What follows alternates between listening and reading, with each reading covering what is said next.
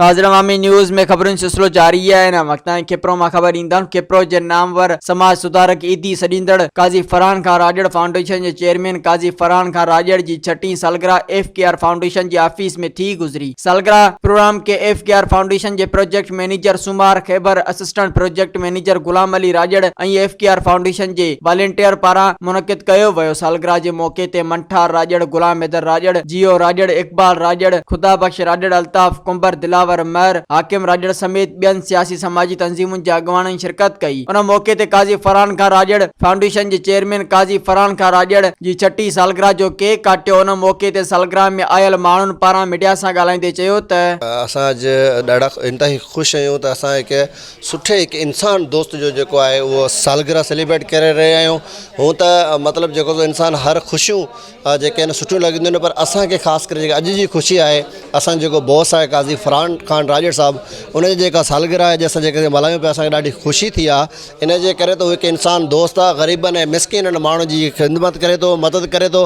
असां अल्लाह खां दुआ इहा आहे त अल्लाह साईं इनखे ख़िज़री हयाती ॾिए ऐं रोज़ में रिज़्क में माल में इन में बरकत अता फरमाए, ईअं मिसकिन माण्हुनि जी ख़िदमतूं कंदो रहे। जज़ाकल्लाह। खान साहब खे असां लख वाधायूं ॾियूं था 6ठी सालगिरह ते। अल्लाह करे ख़ुशि हुजे, आबाद हुजे। तमामु बहितरीनु इंसान, बहितरीनु लिखियलु पढ़ियलु जवान आहे ऐं वॾी खिपरे जे माण्हुनि जी ॿोॾ हुजे या कहिड़ो बि सूरत हाल हुजे, त हिते हर वक़्तु जेको ज़ात पात मज़हब खां हटी करे फरहान साहब माण्हुनि जी मदद करे थो। तमामु सॼी तालके खे ख़बर आहे त पोइ हिन में इहा हिंदू मुस्लमान या का ज़ात पात कोन थो ॾिसे। तमामु वॾो कमु थिए थो। तव्हां ॾिसो कॉलेज खिपरो का डिग्री कॉलेज में सॼी जेको पखा वग़ैरह जेको सोलर प्लाट जेको ॾिनो आहे उहो फरहान साहब ॾिनो आहे।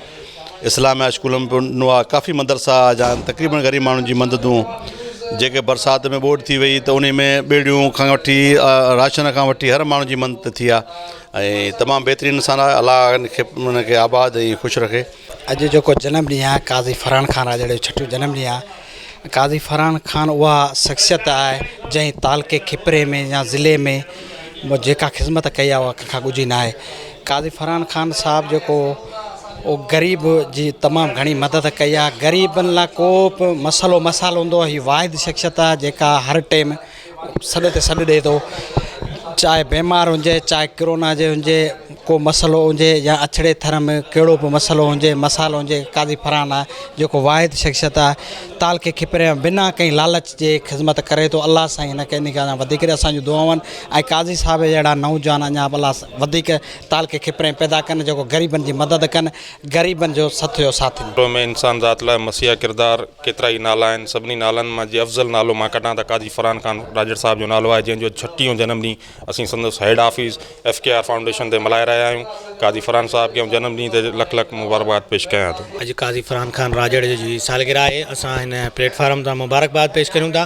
काज़ी फैमिलीज़ जेका आहे उन हमेशह खिपरो तालके जी ग़रीब आवाम जी ख़िदमत कई आहे ऐं उन ई नक्श कदम ते साईं काज़ी फरहान खान साहब बि कमु कनि पिया। अल्लाह ताला हिनखे ख़िज़री हयाती अता फ़रमाए ऐं जेको जोश जज़्बो विलविलो जेको आहे उहो इंशाअल्लाह कामयाबु रखे ऐं इंशाअल्लाह हिते जी ख़लक जी ख़िदमत कंदो रहे। मज़ीद खबरों और तफसीलात के लिए विजिट करें हमारी वेबसाइट www.awamiNewsHD.com।